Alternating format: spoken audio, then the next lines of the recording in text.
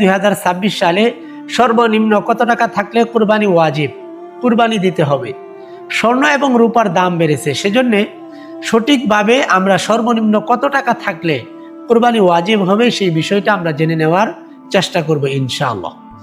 2026 সালে সর্বনিম্ন ইসলামী শরিয়া অনুযায়ী কারো নিকট যদি 7.5 তোলা স্বর্ণ এবং 52.5 তোলা রূপার সমপরিমাণ টাকা থাকে তাহলে তার উপরে কুরবানি ওয়াজিব। বর্তমান সময়ে 22 ক্যারেট স্বর্ণের দাম হচ্ছে 2,54,000 টাকা বর্তমান দাম চলতেছে। সেই হিসাবে যদি কারো নিকট যদি 7.5 তোলা অর্থাৎ 7.5 ভরি স্বর্ণ থাকে তাহলে দাম আসে প্রায় 19,08,000 কয়েক টাকা আসে। আর যদি আমরা রূপার দাম ধরি বর্তমান সময়ে 18 ক্যারেট, সর্বনিম্ন হচ্ছে 18 ক্যারেট, এই 18 ক্যারেটের 52.5 তোলা রূপার দাম যদি আমরা ধরি বর্তমান সময়ে 2,32,000 টাকা আসে। আর যদি আমরা সনাতন পদ্ধতির যেই রূপা রয়েছে সেটার দাম কম, সেটা যদি ধরি তাহলে দাম আসে 1,75,000 টাকা, সর্বনিম্ন 1,75,000 টাকা। তো আমাদেরকে ধরতে হবে রূপার দাম।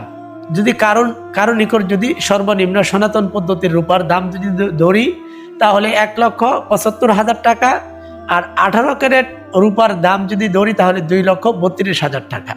এই সমপরিমাণ টাকা যদি অর্থাৎ আপনার জিলহজ মাসের 10 তারিখ, 11 তারিখ, 12 তারিখ এই 3 দিনের ভিতরে কারো যদি নিকট যদি থাকে তাহলে তার উপরে কুরবানি ওয়াজিব, কুরবানি দিতে হবে।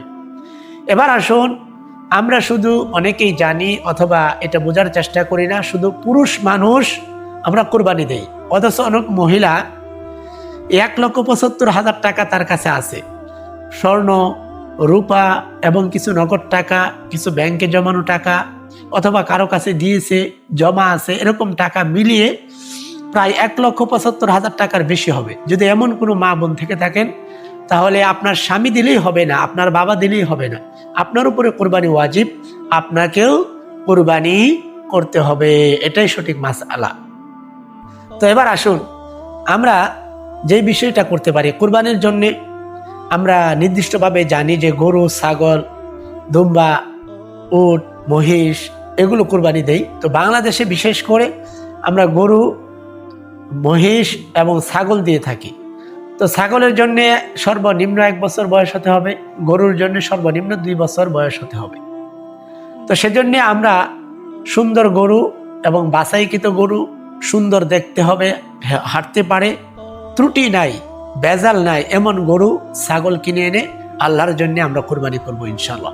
কুরবানি করার পরে সমস্ত গোশতগুলো আমরা নিজেরাই খেলে হবে না, কুরবানির মাধ্যমে নিজের ভিতরে যে পশুত্ব মনোভাব আছে সেই পশুত্ব মনোভাবকে কুরবানির সাথে জবাই করে দিতে হবে, আল্লাহর জন্য কাজ করতে হবে, আল্লাহ রসুলের জন্য কাজ করতে হবে। সেজন্য কুরবানির শুধু আপনি কুরবানির সমস্ত গোশত আপনার যদি প্রয়োজন হয় আপনি খেতে পারেন, কিন্তু কুরবানিটা আল্লাহর জন্য দিয়েছেন, আবার আল্লাহ পাক সমস্ত গোশতগুলো আমাদেরকে দিয়েছে।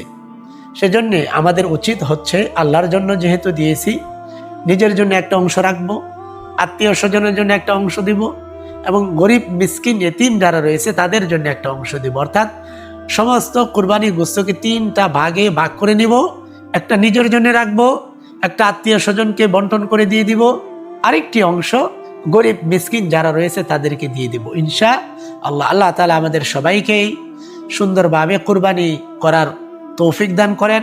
ছোট্ট ভিডিওটি সকলের কাছে শেয়ার করে দেওয়ার অনুরোধ রইল, কারণ আপনার আমার একটি শেয়ারের মাধ্যমে অনেক মানুষ এই শুদ্ধ মাসআলাটা 2026 সালে সর্বনিম্ন কত টাকা সেটা সে জেনে নিতে পারবে ইনশাআল্লাহ। সবের একটা অংশ আমাদের আমলনামায় আসবে। সকলে ভালো থাকবেন, সুস্থ থাকবেন, ছোট্ট করে একটা লাইক করে দেবেন, কমেন্ট করে আপনাদের মূল্যবান মতামত জানাবেন, আমি আপনাদের প্রত্যেকটা কমেন্টের উত্তর দেওয়ার চেষ্টা করব। আর নতুন হলে সাবস্ক্রাইব করে পাশেই থাকবেন। আসসালামু আলাইকুম ওয়া রাহমাতুল্লাহি ওয়া বারাকাতুহু।